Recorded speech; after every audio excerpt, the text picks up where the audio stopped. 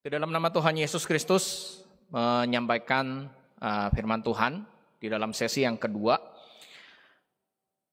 Tadi kita telah sama-sama melihat bahwa apa yang disampaikan oleh Mika di dalam Mika pasal yang ke-7 ayat yang ke-11 sampai ayat yang ke-13, terutama mengenai tembok kota yang dibangun kembali, itu bukanlah berbicara mengenai hal yang jasmani, tetapi adalah berbicara mengenai hal yang rohani. Karena di dalam kehidupan kita sebagai manusia, ada hal yang jasmani di dalam kehidupan kita, ada hal yang rohani. Dan di dalam hal yang rohani, disampaikan bagaimana tembok kota yang roboh itu akan dibangun kembali. Dan pada saat itu batasan akan diperluas. Mungkin yang bisa kita sama-sama renungkan selanjutnya adalah apakah benar gereja sebagai kota Sion, Yerusalem surgawi itu memang mempunyai tembok. Yang kalau kita sama-sama lihat manfaat daripada tembok itu adalah memberikan rasa aman bagi orang yang ada di dalamnya. Lalu kemudian juga memberikan kehormatan atau martabat bagi orang tersebut, bagi kota itu. Dan juga menjadi pembatas atau pemisah bagi yang ada di dalam dan di luar kota. Kita sama-sama melihat kembali ke dalam Kisah Para Rasul, gereja di awal zaman para rasul.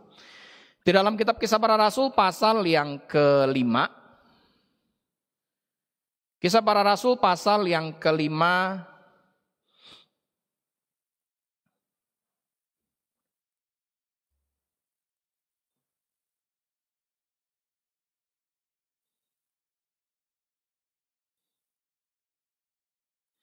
ayat yang ke-12 sampai 13. Kisah Rasul pasal yang ke-5 ayat 12 sampai 13. Dan oleh rasul-rasul diadakan banyak tanda dan mujizat di antara orang banyak. Semua orang percaya selalu berkumpul di serambi Salomo dalam persekutuan yang erat. Orang-orang lain tidak ada yang berani menggabungkan diri kepada mereka, namun mereka sangat dihormati orang banyak. Pada Kisah Rasul pasal yang ke-5, jemaat itu masihlah adalah merupakan orang Yahudi. Dan gereja pada saat itu masih ada di kota Yerusalem. Orang-orang Kristen yaitu adalah orang-orang Yahudi. Dan mereka setiap hari berkumpul di bait Allah, mendengarkan pengajaran daripada para rasul. Kemudian mereka juga memecah roti secara bergilir di rumah masing-masing dan juga makan bersama dengan gembira dan tulus hati. Dan di sini dikatakan bahwa orang-orang lain ini siapa? Orang-orang lain ini tentu juga adalah orang Yahudi, sama seperti gereja pada saat itu yang juga adalah orang Yahudi. Tapi dikatakan bahwa orang-orang lain itu tidak ada yang berani menggabungkan diri kepada mereka. Ketika jemaat berkumpul di bait Allah, mereka berkumpul di serambi Salomo, mendengarkan pengajaran para rasul, itu bukan di ruang tertutup, tetapi ada di ruang terbuka. Mereka ada di pelataran bait Allah. Dan di situ adalah orang Yahudi yang berkumpul di situ, gereja itu adalah orang Yahudi juga. Tetapi dikatakan bahwa orang-orang lain tidak ada yang berani menggabungkan diri kepada mereka. Tidak ada orang-orang yang di luar daripada orang Kristen atau orang Yahudi yang menjadi orang Kristen. Tidak ada yang berani menggabungkan diri, padahal mereka adalah sama-sama satu bangsa, yaitu bangsa Yahudi. Mereka sama-sama beribadah di bait Allah. Mereka sama-sama menggunakan kitab suci yang sama. Tetapi orang-orang lain, orang-orang Yahudi yang bukanlah orang Kristen tidak berani untuk menggabungkan diri kepada kumpulan orang percaya. Tapi dikatakan bahwa mereka sangat dihormati orang banyak. Jadi artinya ada sebuah kehormatan, ada sebuah martabat. Sehingga orang-orang Yahudi secara umum, walaupun orang-orang Kristen itu berkumpul bersama di bait Allah, mereka menggunakan kitab suci yang sama, mereka tidak mempunyai atribut yang berbeda, tetapi orang-orang Yahudi tidak berani menggabungkan diri kepada mereka. Ada sesuatu yang berbeda, yang tidak terlihat, tapi jelas dirasakan oleh orang-orang Yahudi itu. Sehingga mereka tidak berani menggabungkan diri, tetapi mereka sangat dihormati. Artinya mereka tidak menggabungkan diri bukan karena takut, bukan karena khawatir ya, bahwa kumpulan orang-orang ini adalah orang-orang yang aneh. Bukan karena kumpulan daripada orang-orang percaya ini adalah freak ya, kalau zaman sekarang katakan ya. Entah dari pakaian mereka, entah dari penampilan mereka adalah orang-orang yang aneh, bukan. Tetapi ada sesuatu ya yang membuat orang-orang Yahudi ini tidak berani untuk menggabungkan diri, tetapi mereka bisa mempunyai rasa hormat kepada orang-orang Kristen. Lalu kemudian yang kedua kita lihat di dalam kitab Kisah Para Rasul, pasal yang ke-11. Ketika Injil sudah tersebar keluar dari Yerusalem, kita lihat di dalam Kisah Rasul pasal yang ke-11, ayat yang ke-26. Kisah Rasul pasal 11 ayat 26. Mereka tinggal bersama-sama dengan jemaat itu 1 tahun lamanya sambil mengajar banyak orang. Di Antiokialah murid-murid itu untuk pertama kalinya disebut Kristen. Ketika Injil tersebar kepada bangsa lain, dan yang menjadi orang Kristen itu bukan hanya orang Yahudi, ternyata sama. Bahwa orang-orang Kristen itu bisa dilihat ada perbedaan dibandingkan dengan orang-orang bukan Kristen. Sehingga orang-orang yang bukan Kristen, orang-orang umum mengatakan pada saat itu, orang-orang Kristen itu atau orang-orang yang percaya kepada Yesus itu adalah Kristen atau pengikut Kristus. Bukan karena penampilan mereka, ya, bukan karena pakaian mereka berbeda, atau mungkin gaya rambut mereka, atau mungkin gaya mereka berbeda. Tetapi ada tembok yang tidak terlihat yang memisahkan mereka, yang membedakan antara orang percaya dengan orang-orang yang lainnya. Sehingga akhirnya orang-orang umum mengatakan bahwa mereka orang-orang percaya itu adalah orang Kristen. Dan kemudian kita juga bisa sama-sama lihat di dalam Kisah Rasul pasal yang ke-8. Kisah Rasul pasal yang ke-8 ayat yang ke-1 sampai ayat yang ke-1 dan ayat yang ke-4. Kisah Rasul pasal yang ke-8 ayat 1 sampai 4, ayat 1 dan 4. Saulus juga setuju bahwa Stefanus mati dibunuh. Pada waktu itu mulailah penganiayaan yang hebat terhadap jemaat di Yerusalem. Mereka semua kecuali rasul-rasul tersebar ke seluruh daerah Yudea dan Samaria. Ayat 3. Tetapi Saulus berusaha membinasakan jemaat itu, dan dia memasuki rumah demi rumah dan menyeret laki-laki dan perempuan keluar dan menyerahkan mereka untuk dimasukkan ke dalam penjara. Ayat 4. Mereka yang tersebar itu menjelajah seluruh negeri itu sambil memberitakan Injil. Terjadi penganiayaan di Yerusalem terhadap orang-orang percaya. Dan penganiayaan tersebut itu begitu luar biasa. Sampai-sampai dikatakan orang-orang saleh menguburkan mayat Stefanus. Tetapi Saulus berusaha membinasakan jemaat itu. Jadi artinya pada saat itu orang-orang yang percaya mereka menguburkan mayat Stefanus, dan Saulus melihat, siapa saja yang menguburkan mayat Stefanus ini. Dan kemudian dia berusaha membinasakan mereka. Jadi kita lihat penganiayaan ini itu begitu hebat ya di Yerusalem yang dirasakan oleh orang-orang percaya. Nah, normalnya atau kita berkaca ya dari apa yang terjadi di tahun 98 ya. Ketika terjadi krisis ekonomi, ketika terjadi kerusuhan,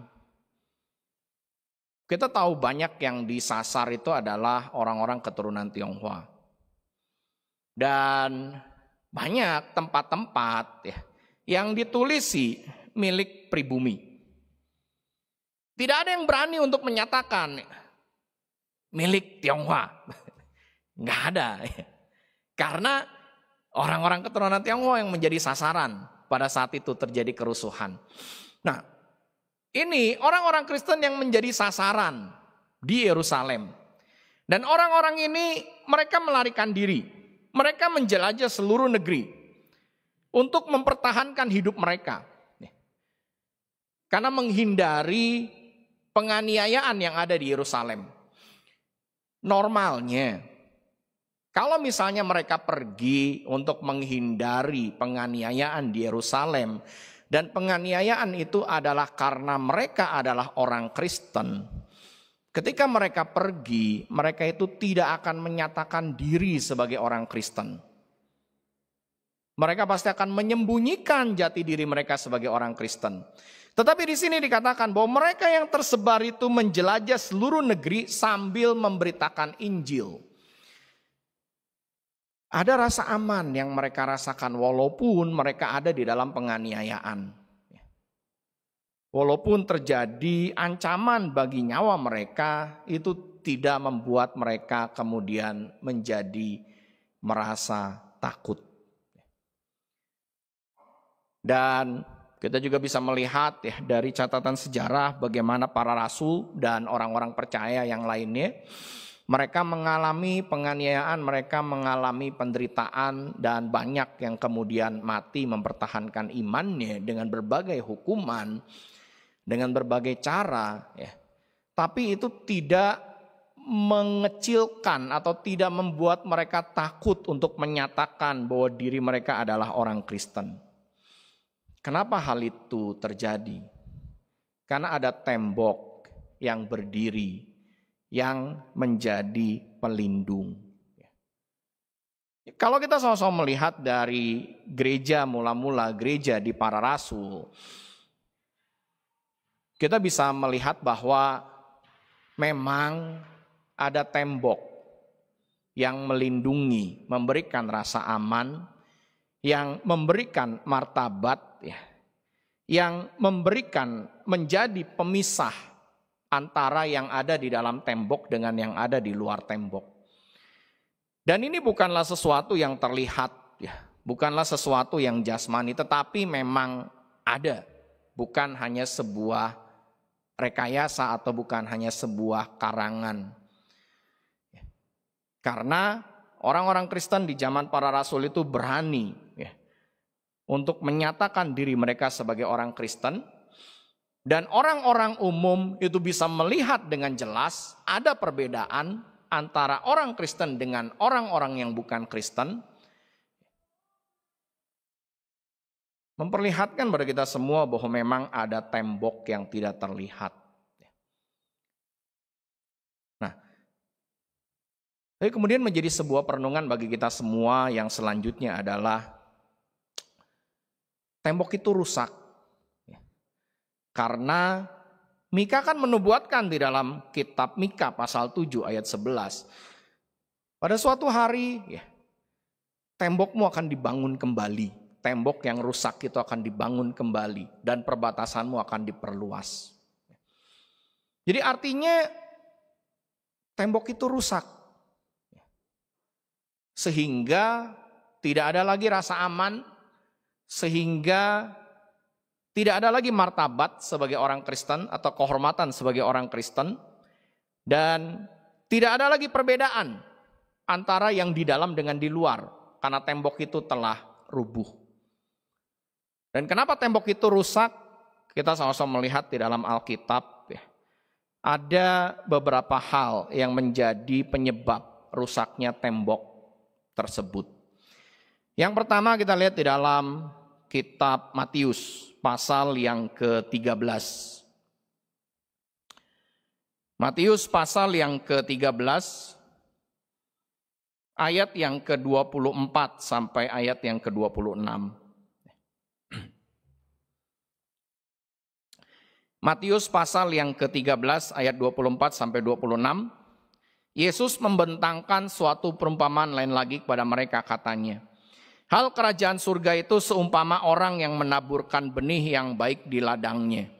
Tetapi pada waktu semua orang tidur, datanglah musuh menaburkan benih lalang di antara gandum itu lalu pergi. Ketika gandum itu tumbuh dan mulai berbulir, nampak jugalah lalang itu. Hal yang pertama yang membuat tembok itu rusak adalah oleh karena adanya musuh yang menaburkan benih lalang di ladang. Sehingga benih gandum, benih yang baik yang sudah ditaburkan itu ketika dia bertumbuh, karena bertumbuh bersama dengan lalang, akhirnya terhimpit pertumbuhannya. Walaupun benih gandum itu tetap tumbuh, tetapi ada himpitan daripada lalang-lalang yang tumbuh di sekitar gandum tersebut. Dan kita lihat di dalam ayat yang ke-36 sampai 39. Matius pasal yang ke-13 ayat 36 sampai 39. Maka Yesus pun meninggalkan orang banyak itu lalu pulang. Murid-muridnya datang dan berkata kepadanya, jelaskanlah kepada kami perumpamaan tentang lalang di ladang itu. Dia menjawab, katanya, orang yang menaburkan benih baik ialah anak manusia, ladang ialah dunia. Benih yang baik itu anak-anak kerajaan dan lalang anak-anak si jahat. Musuh yang menaburkan benih lalang ialah iblis.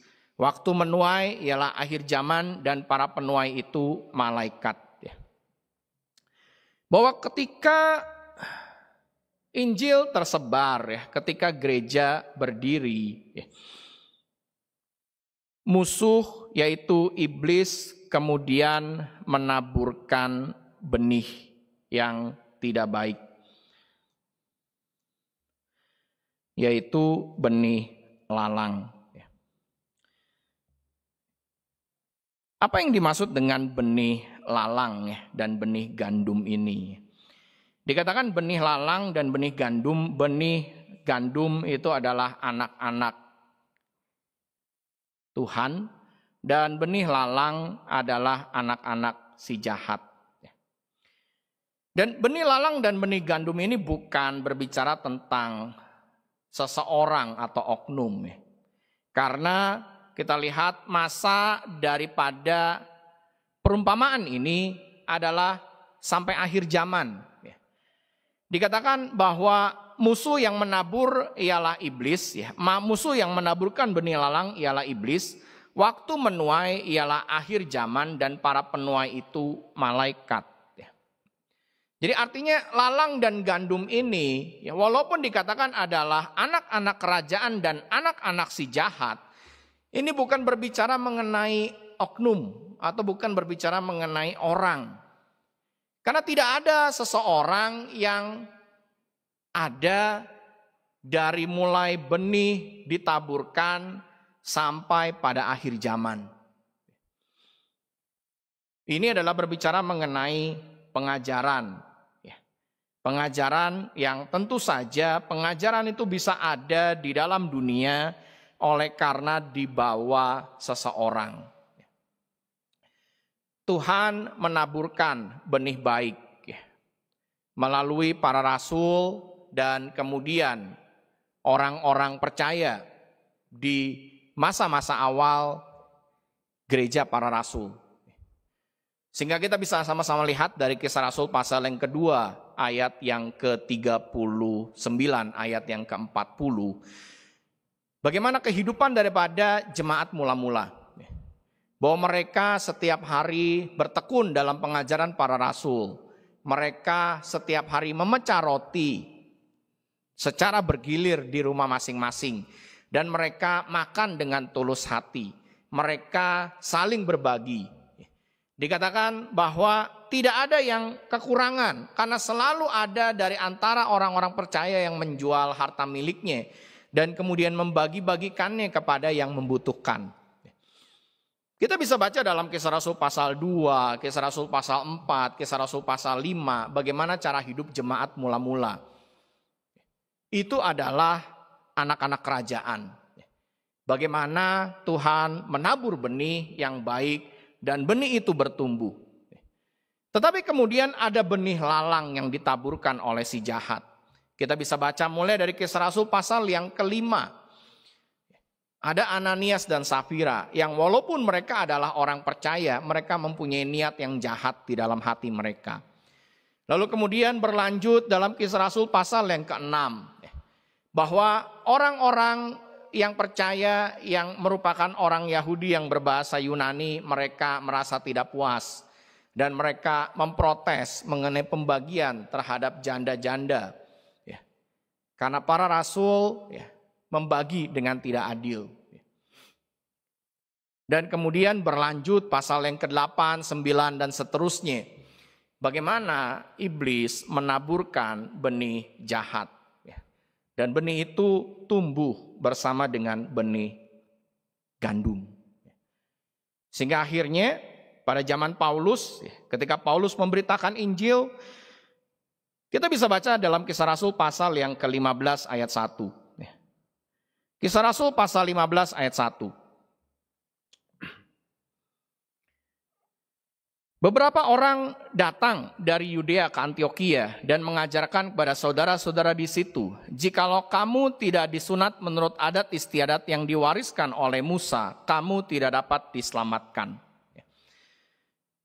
Bahwa ketika Paulus ada di Antiokhia, menjadi pengajar di situ, ada orang-orang datang dari Yudea dan mereka mengajarkan kepada saudara-saudara di Antiokhia bahwa untuk mereka diselamatkan, selain mereka percaya kepada Yesus, mereka juga harus melakukan adat istiadat yang diwariskan oleh Musa. Mereka juga harus melakukan adat istiadat. Bukan firman Tuhan, adat istiadat atau tradisi yang diajarkan oleh Musa. Yaitu hukum Taurat yang mereka kenal pada zaman itu. Hukum Taurat yang dikenal oleh orang-orang Yahudi pada zaman para rasul. Termasuk di dalamnya adalah mengenai sunat, lalu kemudian mengenai hukum Sabat yang terus-menerus diingatkan oleh Yesus ketika Yesus masih hidup, dan berbagai adat istiadat yang lainnya. Itu pengajaran-pengajaran yang disampaikan oleh para rabi kepada orang-orang Yahudi. Ini menunjukkan bahwa pada saat itu sudah ada benih lalang di dalam gereja. Dan benih lalang ini terus berkembang bersama dengan benih gandum. Benih lalang ini dari mana? Yaitu dari si jahat. Tetapi bagaimana bentuknya di dalam kehidupan kita? Adalah dari pengajaran-pengajaran dunia. Dari adat istiadat atau dari filsafat-filsafat yang ada di dalam dunia. Karena seperti kita ketahui, gereja mulai dari Yerusalem berkembang keluar dan kemudian di zaman para rasul, zaman Paulus ketika memberitakan Injil, gereja itu berkembang ke arah benua Eropa. Dan pada saat itu pemikiran dipengaruhi oleh kebudayaan Yunani, oleh pola pikir pengetahuan daripada orang-orang Yunani. Dan banyak hal yang ada di dalam gereja yang kemudian akhirnya terbentuk sesudah zaman para rasul, itu adalah dipengaruhi oleh pola pikir atau dipengaruhi oleh filsafat-filsafat Yunani. Mengenai Tritunggal ya. Dari mana Tritunggal itu berasal? Tritunggal itu berasal dari Alkitab.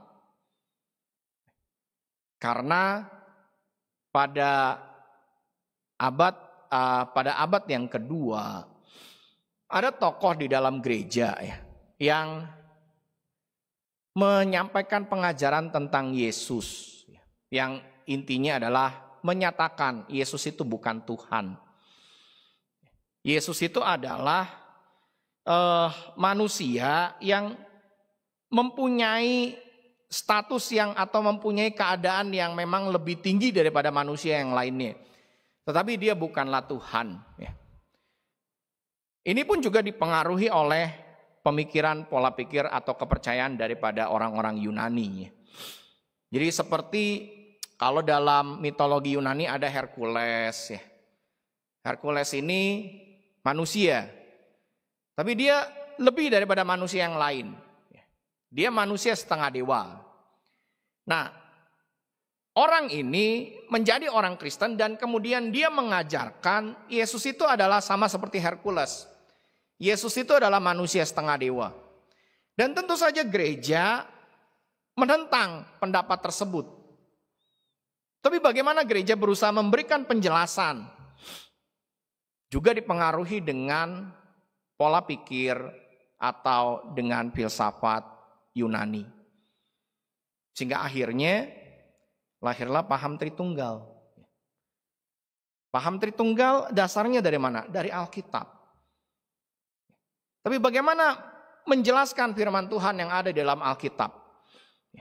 Mereka menjelaskan dengan dipengaruhi oleh pola pikir dunia.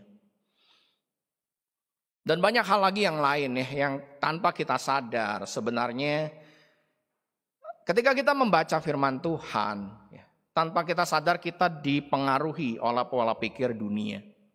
Contoh misalnya, Tuhan dengan iblis ya. Kejahatan dengan kebenaran.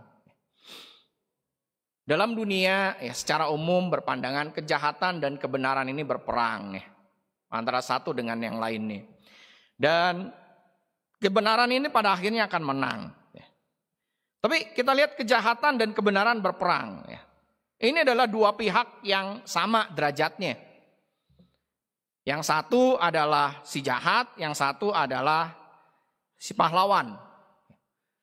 Dalam cerita-cerita legenda, dalam komik-komik ya, seperti itu, bahwa antara si jahat dengan pahlawan ini adalah mempunyai derajat yang sama.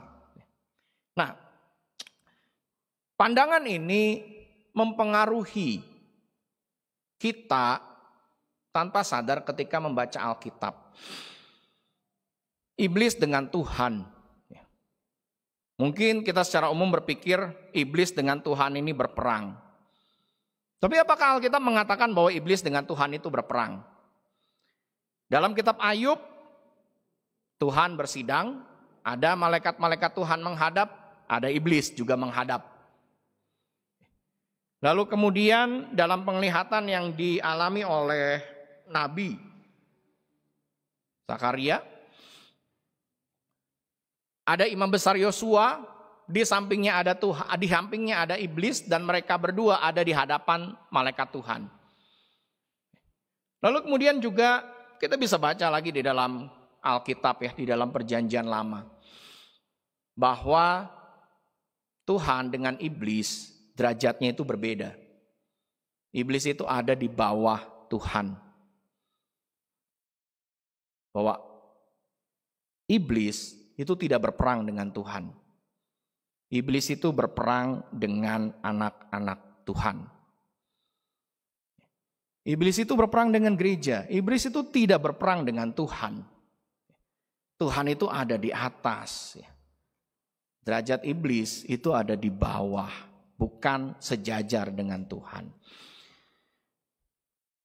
Tapi secara umum, ketika kita berpikir mengenai iblis dengan Tuhan, secara umum tanpa sadar kita itu berpikir iblis dengan Tuhan itu sederajat. Iblis berperang dengan Tuhan.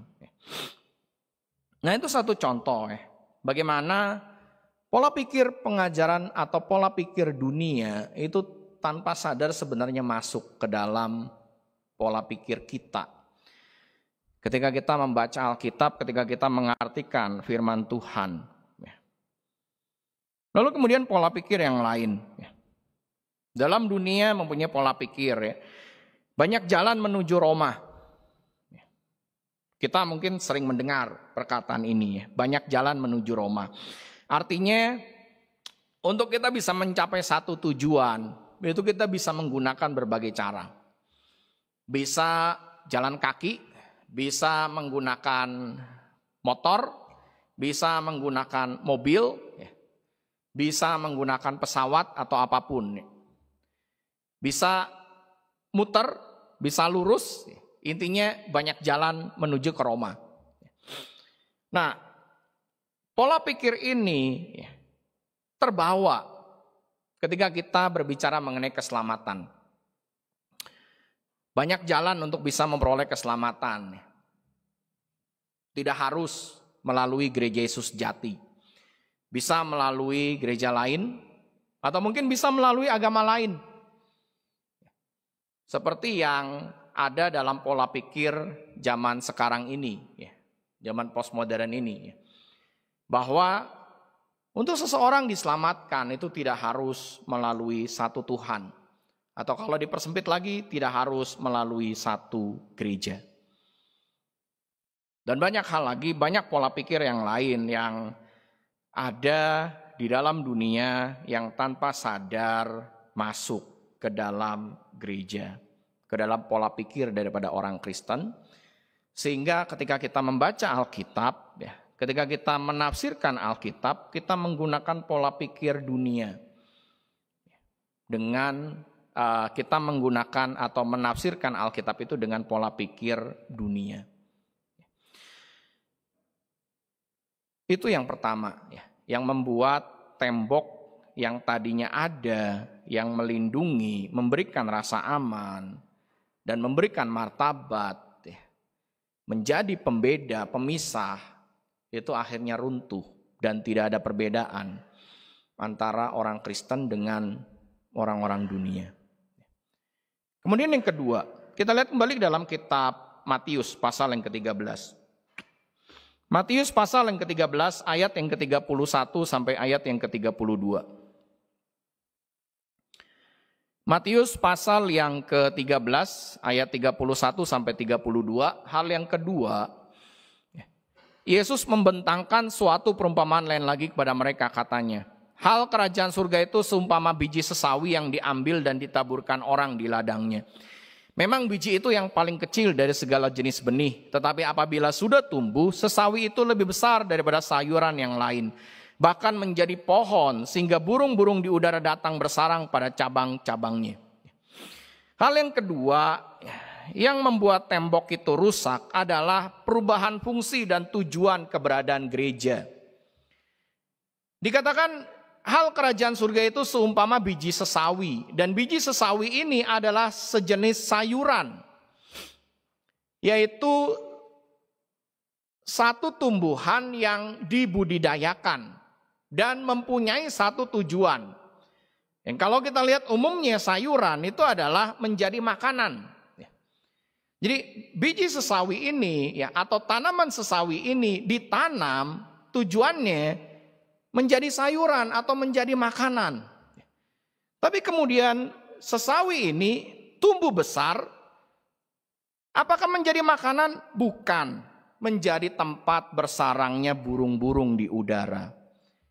Karena menjadi pohon, bukan menjadi sayuran. Jadi ada sebuah perubahan fungsi, tujuan, keberadaan gereja. Bahwa kalau kita sama-sama lihat keberadaan gereja itu adalah merupakan bagian daripada rencana keselamatan. Tuhan mendirikan gereja supaya melalui gereja manusia itu bisa memperoleh keselamatan dari Tuhan Yesus. Tetapi ketika gereja ada di dalam dunia, perlahan-lahan gereja ini berubah fungsi. Bukan lagi memberitakan Injil, tetapi kalau kita lihat dalam sejarah adalah menjadi alat politik. Bagaimana seseorang kalau mau mempunyai kekuasaan di sebuah negara, itu adalah dengan dia menjadi orang Kristen, dengan dia menjadi bagian dari gereja. Atau seseorang kalau mendapatkan atau mau memperoleh kekuasaan, itu harus mendapatkan dukungan dari gereja. Dan gereja, ya, orang-orang yang percaya itu kemudian juga menyambut hal tersebut. Sehingga akhirnya gereja menjadi alat politik, menjadi alat kekuasaan. Dan kalau pada saat sekarang ini, seringkali tanpa sadar, gereja itu berubah bentuk ya, untuk menjadi sarana menyenangkan jemaat, menyenangkan orang-orang yang datang. Orang-orang yang dari hari Minggu sampai hari Jumat merasakan beban berat, merasakan khawatir, merasakan takut, datang ke gereja, berharap mendapatkan sukacita, berharap merasakan kegembiraan. Dan gereja bukan lagi memberitakan keselamatan, tetapi menjadi sarana untuk memfasilitasi apa yang diinginkan oleh jemaat. Paulus ingatkan di dalam suratnya bahwa pada akhir zaman banyak orang itu akan mengumpulkan guru-guru menurut keinginannya. Mereka mengumpulkan menurut apa yang mereka ingin dengar. Itu yang kedua. Lalu kemudian yang ketiga, yang membuat tembok itu menjadi rusak adalah, kita lihat Matius pasal 13 ayat 33. Matius pasal 13 ayat 33. Dan dia menceritakan perumpamaan ini juga kepada mereka. Hal kerajaan surga itu seumpama ragi yang diambil seorang perempuan dan diadukan ke dalam tepung terigu 3 sukat sampai kamir seluruhnya. Jadi seperti seorang perempuan yang mengambil ragi dan kemudian mencampurkannya dengan adonan sehingga akhirnya adonan itu menjadi kamir. Itu adalah mencampurkan ajaran manusia. Kenapa hal ini bisa terjadi? Kita lihat Roma pasal 10. Roma pasal 10 ayat 1 sampai 3. Roma 10 ayat 1 sampai 3. Saudara-saudara, keinginan hatiku dan doaku kepada Tuhan ialah supaya mereka diselamatkan. Sebab aku dapat memberi kesaksian tentang mereka bahwa mereka sungguh-sungguh giat untuk Allah tetapi tanpa pengertian yang benar. Sebab oleh karena mereka tidak mengenal kebenaran Allah dan oleh karena mereka berusaha mendirikan kebenaran mereka sendiri, maka mereka tidak takluk kepada kebenaran Allah. Bahwa karena hanya mengenal sebagian daripada kebenaran firman Tuhan, tetapi harus diberikan sepenuhnya. Maka kemudian hal yang kurang yang tidak diketahui itu coba ditafsirkan dengan pemikiran sendiri. Mungkin analoginya adalah seperti gini. Ada seseorang, dia belajar kepada seorang ahli membuat, katakanlah pempek sebuah makanan gitu. Nah, dia hanya mengetahui sebagian resep daripada pempek tersebut. Tetapi dia pengen bikin pempek Nah, gimana caranya?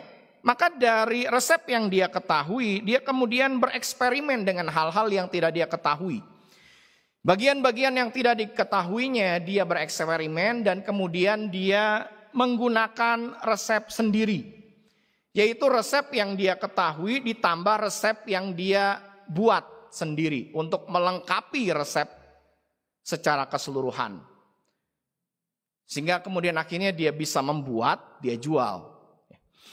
Apakah yang dihasilkan ini sama dengan contohnya? Tentu tidak. Jadi kira-kira seperti itu analoginya. Bahwa orang-orang oleh karena sudah tidak ada Roh Kudus, mereka tidak bisa mengenal kebenaran secara seluruhnya. Tapi kebenaran itu harus ada. Karena gereja tetap ada dalam dunia, gereja tidak hilang. Roh Kudus tidak ada. Dengan tidak adanya Roh Kudus, tidak ada kebenaran yang seutuhnya. Tapi gereja itu tetap harus ada di dunia. Maka bagaimana caranya? Adalah dengan kebenaran yang diketahui dan kemudian yang tidak diketahui itu dicoba dicari tahu. Sehingga dihasilkan satu kebenaran menurut pemikiran mereka. Itulah yang dimaksud dengan mendirikan kebenaran mereka sendiri. Karena hanya mengetahui sebagian, tetapi harus dilengkapi yang sebagian itu menjadi sesuatu yang utuh. Maka coba dicari tahu dengan logika, dengan akal, dengan pengetahuan. Yang kurang itu seperti apa. Dan banyak hal yang kita bisa sama-sama temukan. Misalnya contoh mengenai perayaan Natal. Secara umum perayaan Natal kita semua tahu dan sudah bukan rahasia umum mengenai perayaan Natal itu kenapa tidak dirayakan. Tapi biasanya selama ini yang saya temui orang-orang itu mengatakan walaupun tidak ditemukan di dalam Alkitab tetapi kan bercermin pada kita Kita ini atau seseorang ketika hari kelahirannya itu diperingati, itu menjadi satu hal yang membahagiakan. Maka kita pun juga memperingati hari kelahiran daripada Tuhan Yesus. Karena tentunya kita sendiri tidak berkeberatan kalau misalnya hari kelahiran kita diperingati, seharusnya juga Tuhan pun juga tidak keberatan. Karena memang memperingati kelahiran Tuhan Yesus tidak ada di dalam Alkitab. Tapi apakah boleh, tidak boleh? Orang itu berusaha untuk membuat secara lengkap, boleh tidak boleh dengan pemikirannya. Sehingga akhirnya diambil kesimpulan dengan alasan mereka, dengan kebenaran yang mereka bentuk, boleh untuk merayakan Natal. Dan juga banyak hal yang lainnya sebenarnya dalam kehidupan kita. Yang mungkin berkaitan dengan kehidupan kita secara pribadi di gereja sejati. Banyak hal yang tidak tertulis secara jelas di dalam Alkitab apakah boleh atau tidak boleh. Dan kita tanpa sadar bisa jadi mendirikan kebenaran sendiri. Dan sebenarnya itu adalah merupakan meruntuhkan tembok yang kita miliki. Jadi 3 hal ini menjadi penyebab tembok itu bisa runtuh dan menjadi pengingat bagi kita semua di dalam kehidupan kita. Biarlah seperti yang dinubuatkan oleh Mika bahwa tembok yang runtuh itu diperbaiki dan tentu saja itu bukan terjadi dengan tiba-tiba, tetapi seperti kita lihat di dalam kitab Matius mengenai lalang dan gandum, bahwa pada akhir zaman Tuhan mengutus malaikat-malaikatnya untuk mengumpulkan lalang dan mengikatnya untuk dibakar dan kemudian mengumpulkan gandum yang ada di ladang. Jadi dikumpulkan dahulu lalang-lalang yang ada di ladang itu. Baru kemudian gandum dikumpulkan. Ada sebuah proses dan itu dilakukan oleh kita yang menjadi malaikat-malaikat Tuhan. Yang menjadi utusan-utusan Tuhan. Dan demikian juga membangun tembok kota yang rusak. Itu bukan dengan ajaib, tetapi ada proses yang kita jalani, yang kita kerjakan. Nah, biarlah besok sampai lusa kita sama-sama melihat apa yang kita bangun di dalam kehidupan kita. Tembok kota atau tembok apa yang kita bangun kembali. Sehingga kota kudus ini menjadi kokoh, menjadi kota yang sempurna. Amin.